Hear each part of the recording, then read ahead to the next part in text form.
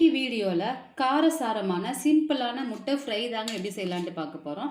நம்ம இறால் ஃப்ரை பண்ணால் எந்த அளவுக்கு டேஸ்ட் இருக்குமோ, ஜூஸியாக இருக்குமோ அளவுக்கு இந்த முட்டை ஃப்ரை இருக்குங்க. ரொம்ப சூப்பராக இருக்கும். தயிர் சாதம், ரச சாதத்துக்குலாம் செம்ம காம்பினேஷன். இது செய்கிற டைமும் ரொம்ப ஈஸியாக செஞ்சிடலாம். ஃப்ரெண்ட்ஸ் வணக்கம், நான் உங்கள் தோழி. Welcome to AK special. வீடியோக்குள்ளே போகிறதுக்குள்ளே இந்த சேனல் சப்ஸ்கிரைப் பண்ணிக்கோங்க. அப்படியே பக்கத்தில் இருக்க பெல் ஐக்கானே கிளிக் பண்ணிக்கோங்க. இப்போ வாங்க வீடியோக்குள்ளே போகலாம்.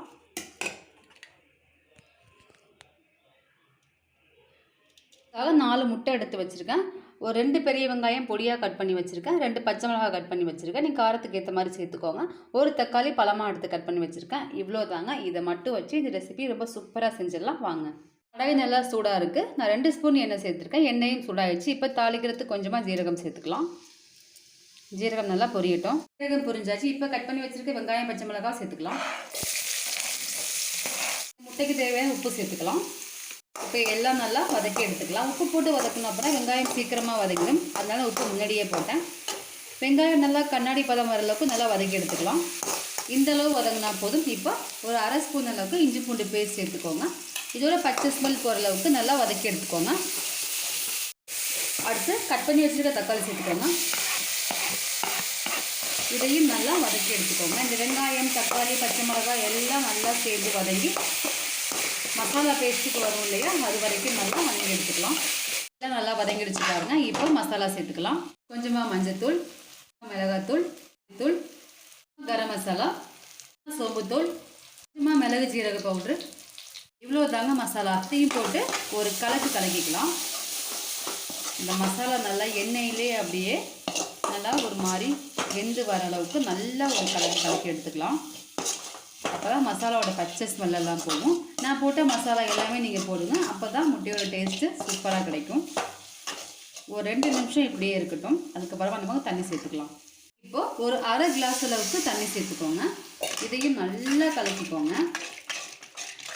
இந்த மசாலா தண்ணி எல்லாம் ஒன்றா மிக்ஸ் பண்ணி 5 நிமிஷம் நல்லா கொதிக்கட்டும்.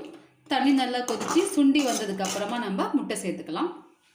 அவ்வளோதாங்க. நல்லா தலைன்னு கொதிக்குது பாருங்கள். இப்போ நம்ம முட்டையை உடச்சி இதில் ஊற்றிடலாம். முட்டை 1, 2, முட்டை 3, முட்டை 4 முட்டையும் சேர்த்தாச்சு.